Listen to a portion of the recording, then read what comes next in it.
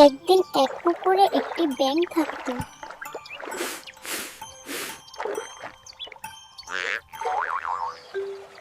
সে খাবার খুঁজতে জলে ঝাঁপ দেয়।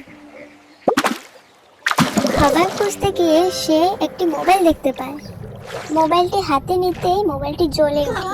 হঠাৎ মোবাইলটি বলে, আমাকে ছেড়ে দাও, আমি জাদু মোবাইল, তুমি যা বলবে আমি তা করে দেবো। ব্যাঙ খুশি হয়ে বলে, ঠিক আছে, তাহলে তুমি আমাকে ফেমাস করে দাও। ঠিক আছে। পরের মুহূর্তে তার অদ্ভুতভাবে কান বেড়ে যায়। ব্যাঙের অদ্ভুত কানের জন্য সব মানুষ তার ভিডিও বানাতে লাগলো, কিন্তু কেউ তাকে শান্তিতে থাকতে দিল না। ব্যাঙ দুঃখিত হয়ে পড়ে। এসব দেখে মোবাইল হেসে বলে,